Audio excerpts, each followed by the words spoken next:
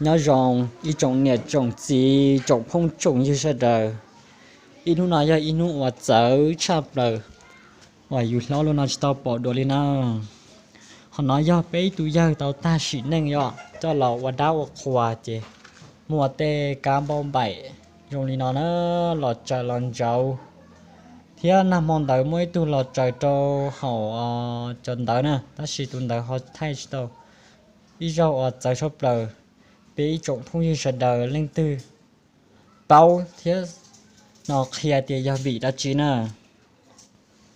li tao của hành tới cho nó ra cho và cam bom bảy lọt trời cho họ chọn tới nhớ cho họ trẻ họ tụi nên tua này trồng không như sợ đời nè trái cân ngầu li nè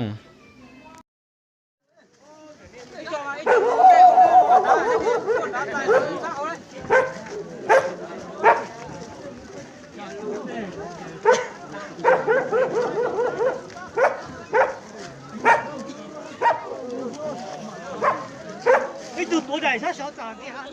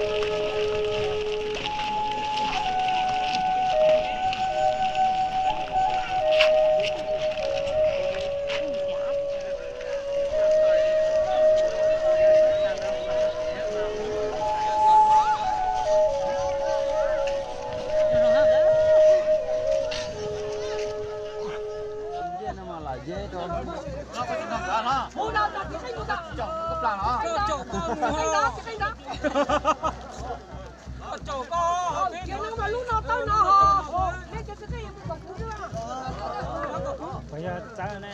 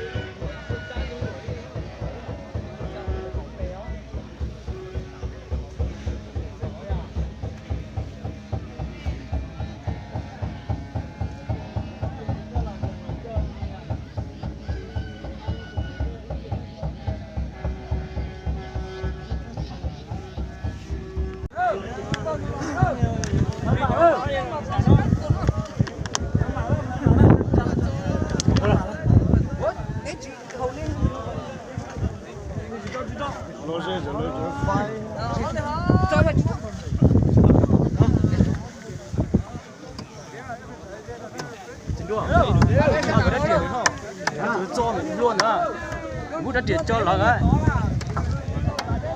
này đua nữa trả đến chưa? Rồi, nó lắm.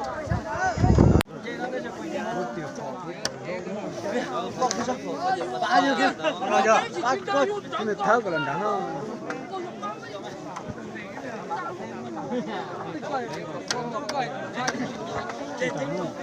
Đâu phải đi. Mà chung 我爹打来小就没得碰，就被这猛了又做，哎，都被我。 cứ thay lại video này tính cho em bố này tính bỏ cho tôi à Hãy subscribe cho kênh Ghiền Mì Gõ để không bỏ lỡ những video hấp dẫn